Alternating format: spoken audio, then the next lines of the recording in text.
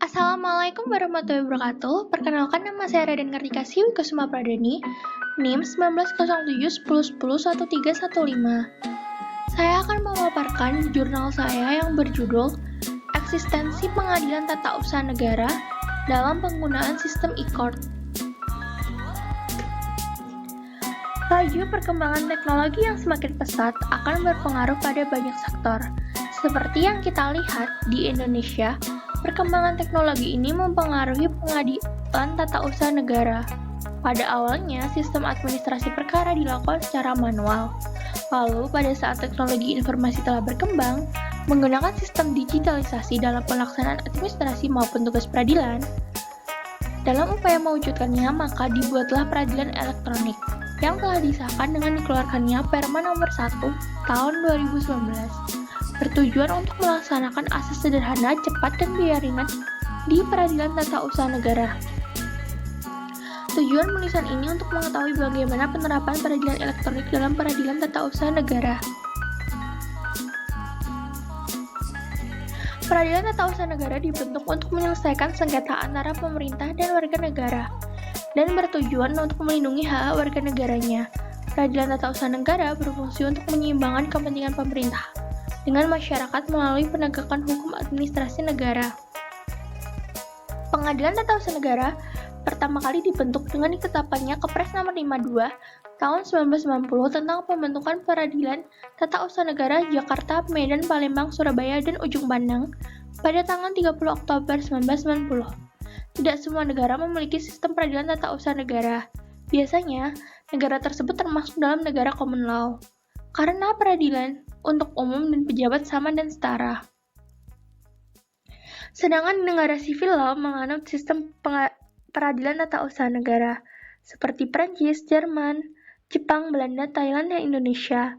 Di Jepang, walaupun termasuk negara sivil law, tetapi tidak ada peradilan tata usaha negara. Lain halnya dengan di Belanda. Peradilan tata usaha negara merupakan sebuah kamar di peradilan umum. Tidak seperti di Indonesia, Pengadilan Tata Usaha Negara berdiri sendiri dan merupakan pengadilan khusus pejabat pemerintahan. Pada era globalisasi ini, semakin berkembangnya zaman, maka akan diikuti dengan perkembangan teknologi. Laju perkembangan teknologi yang semakin pesat akan berpengaruh pada banyak sektor. Seperti yang kita lihat di Indonesia, perkembangan teknologi ini mempengaruhi peradilan tata usaha negara. Pada awalnya, sistem administrasi perkara dilakukan secara manual yang berimbas dengan biaya tinggi dan memakan waktu yang lama. Lalu, pada saat teknologi informasi telah berkembang, maka yang awalnya menggunakan mesin ketik manual menjadi komputer dan saat ini telah berkembang menggunakan sistem digitalisasi dalam pelaksanaan administrasi maupun tugas peradilan. Dengan ini, teknologi informasi telah mempercepat, mempermudah, dan mempermurah biaya administrasi perkara di lingkungan peradilan tata usaha negara. Metode yang digunakan untuk mengkaji tulisan ini yang berjudul Eksistensi Peradilan Tata Usaha Negara dalam Penggunaan Sistem e-Court didasarkan penelitian hukum normatif dengan melalui pendekatan peraturan perundang-undangan atau satu approach, pendekatan konseptual atau conceptual approach, pendekatan sejarah atau historis, dan pendekatan perbandingan. Sejarah terbentuknya Peradilan Tata Usaha Negara. Peradilan Tata Usaha Negara dibentuk pertama kali pada saat pemerintahan Belanda yang diatur dalam pasal 134 East Indies Staatsreglement serta pada Reglement of the Rechtsorganisatie en het Beleid Depositief. Peraturan tersebut disahkan pada tanggal 30 April 1847 setelah kemerdekaan. Belum diatur undang-undang khusus tentang peradilan tata usaha negara, tetapi telah diatur dalam Undang-Undang Nomor 19 Tahun 1948. Peradilan Tata Usaha Negara dibentuk dengan disahkannya Undang-Undang Nomor 5 Tahun 1986 tentang Peradilan Tata Usaha Negara, Lembaran Negara Tahun 1986, Nomor 77, Tambahan Lembaran Negara 3344 pada tanggal 29 Desember 1986. Dalam perkembangan dan pembangunan hukum di Indonesia, khususnya tentang Peradilan Tata Usaha Negara, para ilmuwan hukum tata usaha negara di Indonesia dalam mewujudkan peradilan tata usaha negara banyak mempertimbangkan dan membandingkan peradilan administrasi di Prancis. Bahkan peradilan administrasi di Prancis merupakan cikal bakal peradilan administrasi di sebagian besar negara-negara di dunia. Yang paling terkenal adalah Trias Politica dan Montesquieu, adanya pemisahan mutlak antar kekuasaan eksekutif administrasi dan kekuasaan yudikatif. Keinginan untuk mewujudkan pemerintahan negara di Indonesia dapat dijumpai dengan ketetapan MPR nomor 4 MPR 1978 tentang garis-garis besar haluan negara pada bagian dasar dan arah pembangunan serta pembinaan hukum dengan kata-kata mengusahakan terwujudnya peradilan tata usaha negara. Pengadilan tata usaha negara pertama kali dibentuk dengan ditetapkannya Kepres nomor 52 tahun 1990 tentang pembentukan Pengadilan Tata Usaha Negara di Jakarta, Medan, Palembang, Surabaya, dan Ujung Pandang pada tanggal 30 Oktober 1990. Peradilan Tata Usaha Negara dengan sistem e-court.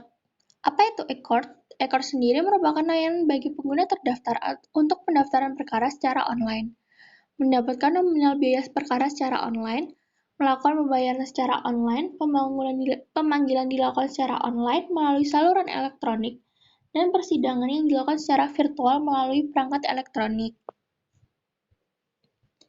E-court telah memiliki payung hukum yang tertuang dalam Peraturan Mahkamah Agung Indonesia Nomor 3 Tahun 2018 tentang administrasi perkara di pengadilan secara elektronik, dan selanjutnya disebut dengan Perma Nomor 3 Tahun 2018. Dapat kita lihat dari peraturan tersebut, e-court dibentuk dengan beberapa pertimbangan yang didasari oleh beberapa undang-undang, di antaranya Pasal 2 Ayat 4 Undang-Undang Nomor 48 Tahun 2019 tentang Kekuasaan Hakiman yang berbunyi bahwa peradilan dilakukan dengan sederhana, cepat, dan biaya ringan. Layanan e-court.